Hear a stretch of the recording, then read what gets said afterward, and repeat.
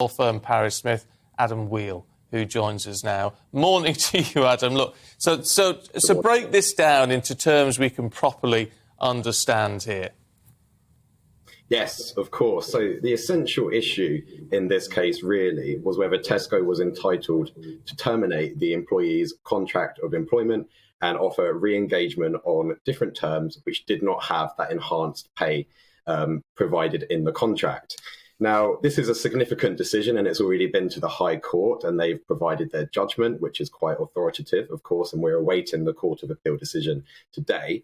It's a significant case because it goes to the issue of contractual interpretation and how to analyse contractual terms.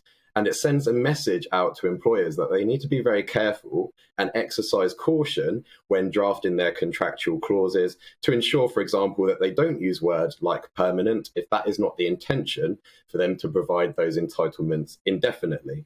Here, Tesco wished to remove those pay entitlements to their staff.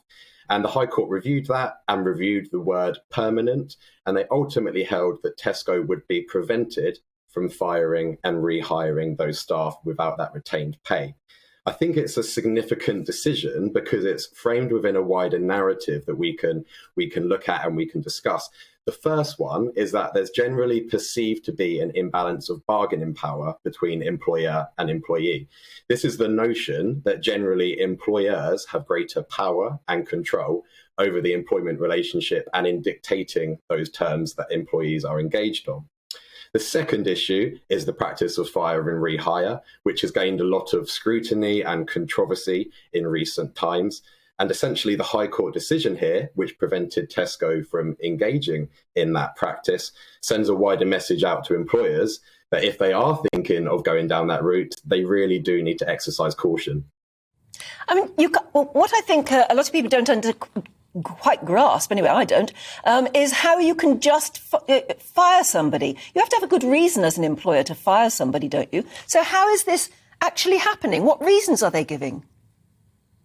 That's a very good point, exactly. And the risk of proceeding down this rather draconian route is that there are legal consequences that can result from it. For example, wrongful dismissal and unfair dismissal. In order to avoid a finding of unfair dismissal, you need to rely on a fair reason to dismiss those employees. And by proceeding down this route, Tesco would potentially open themselves up to findings of unfair dismissal if they did proceed. And so again, ACAS, Employment Conciliation Service, have provided guidance on this to reiterate to employers that they should be very careful in proceeding with this route because there can be those unintended legal consequences that might arise.